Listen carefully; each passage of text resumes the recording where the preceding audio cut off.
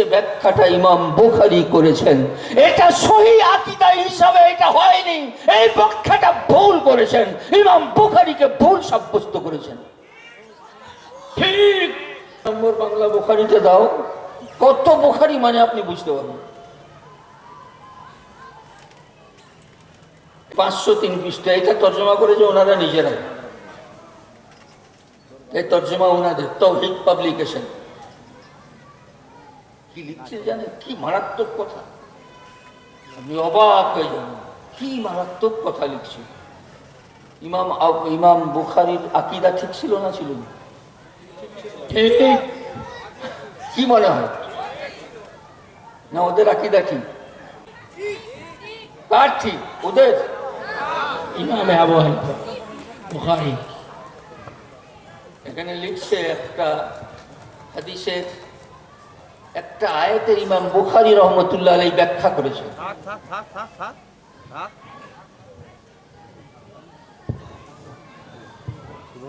আয়াতটা হচ্ছে কুল্লু শাইউন হালিক ইল্লা ওয়াজহুহু,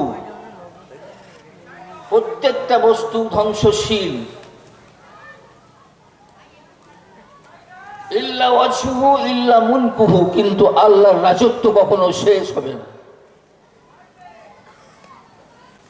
এই কিতাবটা এনারা 23 জন শেখ মিলে লিখেছেন। 23 জন শেখ, আকরামুজ্জামান, ডক্টর আব্দুল্লাহ ফারুক, শেখ আকমাল, ডক্টর মোহাম্মদ মুসলিহুদ্দিন, মুশাররফ হোসেন, ফায়জুর রহমান, মোহাম্মদ সাইফুল্লাহ, আমানুল্লাহ, আব্দুল্লাহ, এরকম করে অনেক। কে মদিনা ইউনিভার্সিটি, কে গবেষক, কে ডক্টর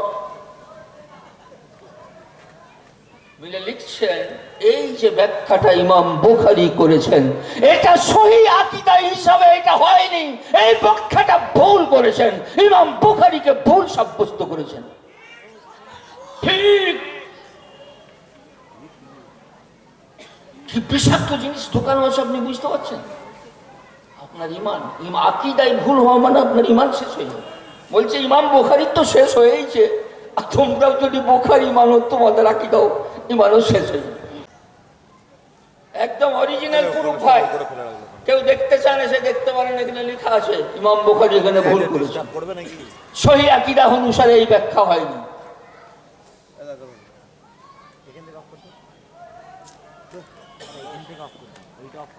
বিষাক্ত জিনিসটা বুঝতে পারছেন কিছু?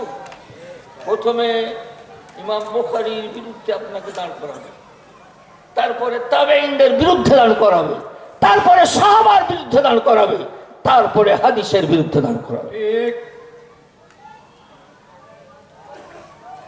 এই কথাটা আপনাকে বুঝতে হবে। দায়িত্ব সহকারে চ্যালেঞ্জ দিয়ে কথা বলছি। কালকে যদি কেউ বলে একটা কথা ভুল বলে গেছি, সঙ্গে সঙ্গে সেই ভদ্রলোককে, সেই যুবককে আটকে রাখবেন। আমি আসবো সকাল দুপুর সন্ধ্যে, যখন বলবেন আসবো।